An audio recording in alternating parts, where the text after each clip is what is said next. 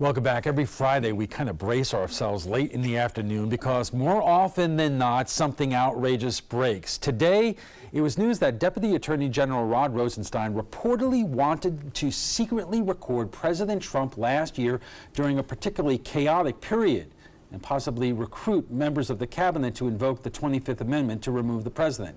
Rosenstein is denying the report, but it all raises a lot of questions, including at what point hasn't the Trump administration been chaotic?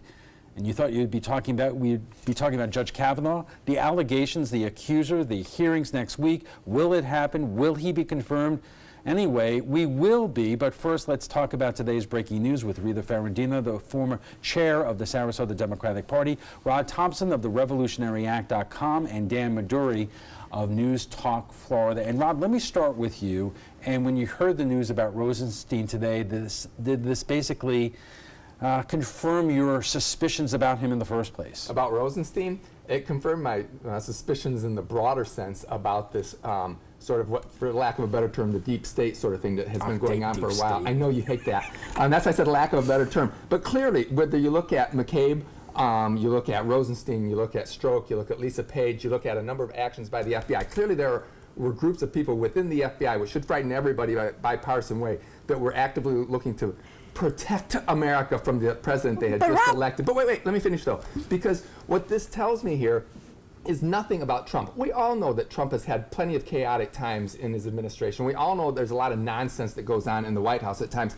What it tells me is that this is more evidence that you had somebody like Rosenstein who was actively working to subvert the duly elected president of the United States. That's the most telling part of this news today. Rob, Rosenstein was appointed by Donald Trump. Do not ever forget that. That's one of the things that really is critical. This is Donald Trump's pick.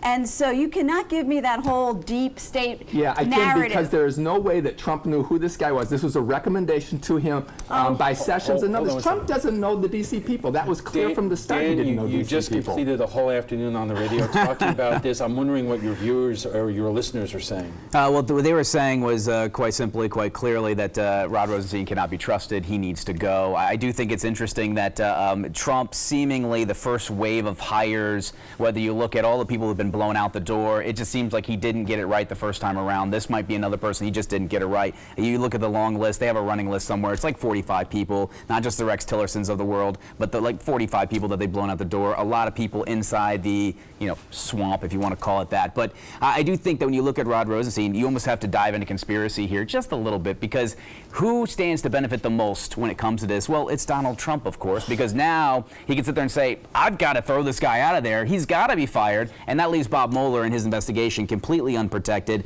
Rosenstein was the only person standing in between Trump and Mueller, and now Rosenstein could be gone. And that's the part I think we should be talking about, was this leak that came out completely fits into Donald Trump's narrative. And so I believe it's nothing more than a witch hunt to get rid of the only guy standing between him and Mueller. Okay, our conversation on the week in Washington, and we will continue with this in just a moment. Welcome back. We are talking about the week in Washington with Rita Ferrandino, the former chair of the Sarasota Democratic Party, Rod Thompson of the RevolutionaryAct.com, and Dan Maduri of News Talk Florida. Let's stay on the issue of Rosenstein and the Russia investigation. So much going on this week, Dan. We learned that the president's former attorney Cohen is talking to the special counsel. We're still, the Manafort is now cooperating with the Mueller investigation here. Are you seeing any kind of shift in terms of public perception around here? In terms of the national polling, Mueller's popularity or approval rating is now higher than the president's. Yeah, and I think that when it comes down to it, though, you're really fighting out over that like 20 to 10% of people who are independents, non-party affiliates, and people in that niche, because 40% of the Republicans, they're with it. It doesn't matter. They've got Trump's back. 40% of the Democrats, they're going to parrot whatever Democratic talking points are put in front of them. So you don't really get a good sense or a good feeling of what's actually there, what actually is occurring, what's actually going down. But I would say that the midterms are really going to represent something that's really interesting to me in the fact that you're going to find out just how important is a booming economy to the American voter now. I mean, before, if the president had an economy like this, take him to the bank, they're not in turmoil, they're safe. Now, we don't know. Rod, it's unusual for a president's approval rating to be this low considering the economy is doing this well. That is the dichotomy that breaks from all historic standards. It's almost like we have an unusual president in the White House. You think? Yeah, that's sort of breaking all of the models in at least modern presidential times. And so I think that shifts it. I think that's one of the things that makes the midterms and the impact of this really difficult to measure, because we really don't know about those Trump voters. I don't know that they're captured in polls very well, because a lot of them were, if not first-time voters, they were rare voters. What we don't know at all is if they're going to come out in November, or if they do, then the polls are probably wrong. If they don't come out, the polls are probably right. I'm not sure the investigation moves that center 20% that Dan was talking about, because I'm not sure that it's mostly the 40% and the 40% that are paying so close attention to this, and we already have our decisions made. And we're going to talk about voter enthusiasm in a couple of minutes, but Rita, what are local Democrats thinking in terms of the Russia investigation, in terms of how dangerous it is for the country right now, as opposed to what an opportunity it is for the midterm elections? I think what we know is that women are paying a lot of attention, and all of our polling is showing that the independents and the no-party affiliates are leaning strongly toward the Democratic candidates. That's why Andrew Gillum is up 6 points in the governor's race. So I really think what's really important in this whole investigation is credibility. Women want stability and they don't want all this chaos all the time. I think women are coming out in big numbers. But they're not going to be coming out because of the Russia investigation. I think it all adds up. I do. All right. In terms of a political problem, Rod, are you concerned about, no matter how you feel about the investigation itself, what the impact is going to be in terms of voter turnout? Again, I just don't know how to measure that for sure, Alan, because I think, for a lot of people like me, there's a lot of baked-in attitude already towards it, and Rita the same way. The results of it are not really going to move us one way or the other unless there's something really definitive. I also don't think that you're going to see anything before the November elections now, so it's all a matter of this sort of leaked information and what comes out and how it's spun. Okay. We are just getting warmed up. Our conversation on the week in Washington will continue after a quick break. Welcome back. We are talking about the week in Washington with Rita Ferrandino, the former chair of the Sarasota Democratic Party, Rod Thompson of the RevolutionaryAct.com, and Dan Meduri of News Talk Florida. Let's talk about the situation, the evolving situation with Brett Kavanaugh. We don't know quite yet, Dan, whether we're going to have that hearing next week with the accuser here and Judge Kavanaugh, Wednesday or Thursday. Have you seen any kind of shift in terms of public opinion about this amongst your callers? Well, yeah, not just my callers, but also the polling. I mean, you're seeing a dynamic shift. I mean, when Kavanaugh was first put up, he was, his approval rating was somewhere, and people that approved of him was somewhere in the 33, disapprovals 26. Now that's basically flip-flop. Now that you've moved a couple of months, a couple of weeks, a couple of months down the road, and when it comes to Kavanaugh, it's really quite fascinating to see what's taking place here, because it's definitely playing out through the media. Whether she testifies or not, people have already made their decision. I think she deserves to testify. Hopefully she gets in front of them, and hopefully she gets, that kind of fair commentary. Her list of demands caught me off guard a little bit. I mean, I don't think that if you're the accuser that you get to just put a list of demands out there and say, this is what I'm doing and that's that. Frankly, I think Kavanaugh still gets confirmed, but it looks like they're moving in the right direction. Well, first things first, let's put that the latest poll on the screen there, a new USA Today Ipsos poll taken following a sexual assault allegation issued against Brett Kavanaugh finds that 40% of Americans say he should be rejected by the Senate. 31% say he should be confirmed by the Supreme Court. Rod? Yeah, well, again, that's a little bit of the breakdown that goes on politically with us. I mean, the true Democrats, the Hillary Clinton supporters, the anti-Trumpers, they opposed Kavanaugh right from the start. The Senate Democrats made it perfectly clear that they were unified in their opposition to anybody because they're remembering Merrick Garland. I get all that. But the reality is that this coming, when it does, raises a lot of issues that the polls would change some. Makes some amount of sense because of the amount of coverage of it lately. The frustrating part for me that I hope we can get to here is that this request for a full FBI investigation. I was an investigative reporter for a number of years. There is no good place to start an investigation because based on what we know that she said, she said this happened in a year without an address, without a name of the house, without other people there, without anything that could either corroborate her story or exonerate Judge Kavanaugh, and that's really important. What's your take on the president's latest tweet today, and we'll put that up on the screen there? Quote, "I have no doubt that if the attack on Dr. Ford was as bad as she says, charges would have been immediately filed with local law enforcement authorities by either her or her loving parents. I ask that she bring those filings forward so we can learn date, time, and place." Rod, anyone who knows anything about sexual assault, especially among women, young women of that age, that it doesn't happen now. Of course it doesn't. I mean, it's a dumb tweet, and it's not going to be his last one either.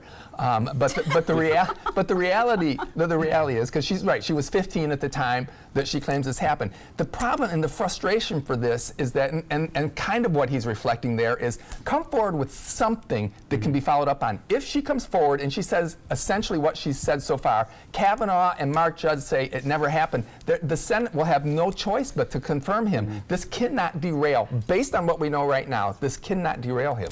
In fact, Rita, let me get you to react to this comment by Mitch McConnell, the Senate Majority Leader. "We are going to plow through it." Oh, isn't that exciting? The highest court in the nation deserves to take our time with who we put on that's going to have this much influence on all of our lives. So I do not think we have to plow through anything. I think we need to have a process in place. And I think it is absolutely okay to take our time in making this important decision. Can I add something real quick?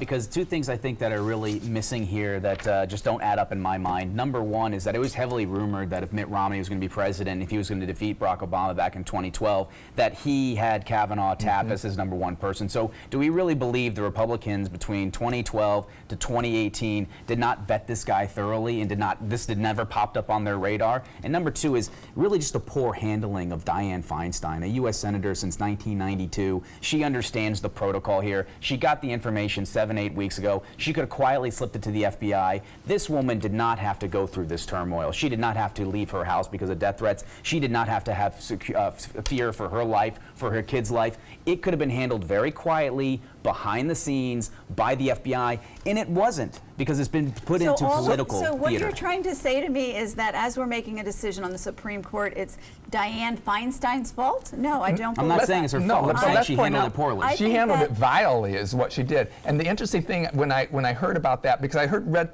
the same thing, Dan, about that Romney was seriously looking at. He was very high on his list in 2012, which is really interesting because it was in 2012 that is the time that it pops up that she met with her counselor for the first time in 30 years. Anytime a woman brings a sexual assault charge up, we owe it to ourselves to be able to allow her to have her We have to voice. come back to that point. Yes, we Hold do. on, but all of this, whether Thank it's you. the issue of the Russia investigation and Rod Rosenstein, the Kavanaugh nomination, and everything else floating out there, according to a new Reuters poll, and I think we have that on the screen, 9% more Democrats say they will likely to vote in this midterm election than did the same in 2014, while 3% fewer Republicans say they will vote in 2018 than said so in 2014. Rod, this has got to be a concern to you. It's a concern, but there is a countervailing poll that is an internal one that the Club for Growth did. It's a WPAI one, and Club for Growth is clearly a conservative, outfit. But they use this poll they use in order to determine where they're going to spend their money and what their message is going to be. And that poll just looked at the 41 swing districts that both parties look at as seeing winnable or losable, and did 1,000 voters in those. And it determined there that actually Republicans in the generic ballot on that have a +3 in those 41.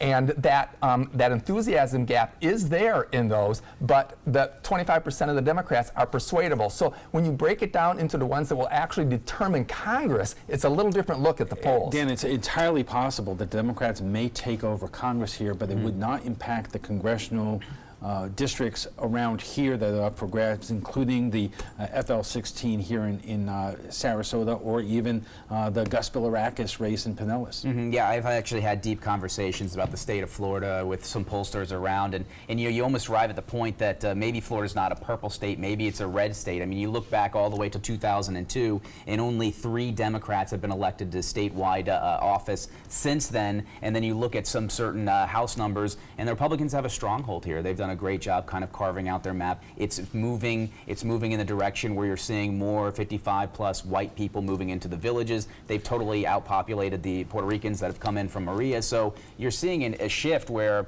the Republicans have just done a great job here. More old white guys and far fewer Puerto Ricans. Rita, if you could speak for a moment, the Democrats... I'm okay with old white guys, just FYI. The Democrats don't always target Vern Buchanan here, but they are this year. They are pouring in hundreds of thousands of dollars from outside the district on the belief that the 16th congressional district, which has been reliably Republican, might be less so this year. Absolutely, and I think the reason you see so many of these attack ads from Vern Buchanan in September shows that they're scared and that they're playing defense. David Shapiro is a very credible candidate. He's done a lot of good work here in this area, and people know him and like him, and the polling is just burying Vern Buchanan. I think the 41 districts that the Club for Growth, the WPI poll was, included this one and showed the same thing. There's a reason why Democrats are pouring a lot of money into this district, because they think that particularly if there's a blue wave, which is possible but not a slam dunk by a long shot, they think that this is one of those that could make up that wave. But I know from personal experience, these are cold calculations, and the Democrats nationally are not going to pour this kind of money into a district like this unless they have some kind of metric that leads them to believe it's Clearly possible. they think it's close. I think that Vern's people think it's close too. I think Club for Growth thinks it's close too. So if both sides think it's close, then both sides are going to pour money into it. Well, what's interesting is that, Vern Buchanan shouldn't be this vulnerable. But the fact is that people want to throw the establishment out. They want to drain the swamp. He only won by a very tiny percentage his first time in, though. The district is flippable. Dan, other area races, on the congressional level, which you think could be in play? Well, this one actually is the one that I've been focused on the most, based on the fact that it is in play. It does look like it's a flip there, and I do think that as you continue closer and closer to November 6th, I think that you'll actually see money being taken from Bill Nelson and reallocated into the Shapiro camp from the Democratic Party, because I don't think the Democrats are going to take the Senate. I think they understand that. And I think they're going to want to take their finite resources and put it into the House. We're going to talk about the Gillum race in a moment, but you don't think that Gillum could help get Bill Nelson over the finish line? I don't, because I think about kind of where they are on the ballot, and I think that Gillum's underneath Bill Nelson, and I think that people are going to show up, and I think that if you look at it, especially here on the primary side, Republicans, they still showed up 100,000 plus more than the Democrats for the primary, so he could enthuse a couple people, but I don't think it's going to be enough to make up that gap. All right, we have to take a quick break, and we'll be back for final thoughts in a moment, so stay with us. And our guests join us right now for final thoughts. Let's talk about the governor's race and the Senate race a little bit. Rita, you're bullish on Andrew Gillum. I'm very bullish. Across the state, people are coming out like they did for Barack Obama. The African American community is on fire. You've got all of these progressives that are kind of coming out. It's the grassroots enthusiasm is through the roof. I'm excited. And Rob, but before you answer, let me ask you this. The African American community was not engaged in the last couple of years in the governor's races. Rick Scott won those races barely with bad Democratic turnout here. If Gillum has ignited the African American community, and you could expect Democrats are engaged more than in years past, don't you have something to be concerned with? So that's the formula for the race there, both the gubernatorial race and the senatorial race. I think that's the formula. I think it's potential that Gillum's enthusiasm in the black vote does bring a little bit of help actually to Nelson. I also don't think it's probably going to be enough, just because of Scott's track record. But I think Gillum has real significant issues that did not come out in the primaries, because the ones who are thought to be the leaders used all the negatives against each other. He is distancing himself from Democrat socialism of the Ocasio-Cortez. That's smart. But he still is for getting rid of ICE, and for sanctuary cities. And the problem with that is those are massively unpopular stances. And those sorts of things, along with being able to hang around his neck the socialist label, I think makes him a very, very difficult candidate to win statewide in Florida. Very difficult. I guess I'll ask you a rhetorical What about Medicare for all? And there's many things that Raise will. the minimum wage. Dan, Yeah. are you expecting that sanctuary cities, that kind of thing, getting rid of ICE, and we've asked Gillum about that when he was here, are going to be the central themes of this campaign, or is it what you've seen in terms of Gillum, in terms of his personality, which could carry him? Well, I think it's his personality, a lot of it. I also think the fact that he's going to have to talk big picture, broad, push optimism, because frankly, he does not have a track record. We've all know that. We're all soon to know that. The RGA, the Republican Government Association, just spent $10 million. They're going to bury him in negative ads. What does DeSantis have? And I think that that's going to be an interesting question. But what DeSantis has is that he's got the money to show you why you shouldn't vote for Gillum. That's what DeSantis. There you that's go. what DeSantis has. But Politics I'll follow up with this.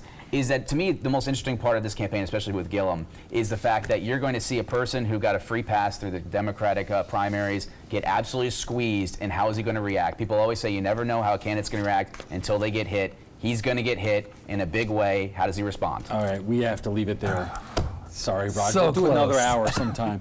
Before we go, we want to share with you what some of you had to say about last night's show on the allegations against Brett Kavanaugh. As we just discussed, Supreme Court Justice nominee Brett Kavanaugh is being accused of sexually assaulting a girl when they were both in high school. This has resulted in calls for her to testify and the FBI to investigate. We went to Facebook for your thoughts, and Lisa says attempting rape is now just being a drunk juvenile. Guess if it was your kid, sister, you would feel the same way. Teresa says people are supposed to be innocent until proven guilty. Proven is the operative word. Brenda says, who doesn't want to get to the bottom of this and try to learn the truth? Investigations take time. Very important to both sides. And Chester says Democrats will do anything to stop this appointment. It's a disgrace to our country. Oh. Democrats will do anything to stop this appointment, Chester? Sounds about right. Perhaps. And perhaps they learned it from the Republicans who didn't give the last president's nominee a hearing. Just thinking. If you'd like to join the conversation about tonight's topic, just visit our Facebook page at facebook.com/mysuncoast.com.abc7. We want to thank our guests for being here tonight. Rita Ferrandino, the former chair of the Sarasota Democratic Party, Rod Thompson, who is still laughing, of the RevolutionaryAct.com, and Dan Maduri of News Talk Florida.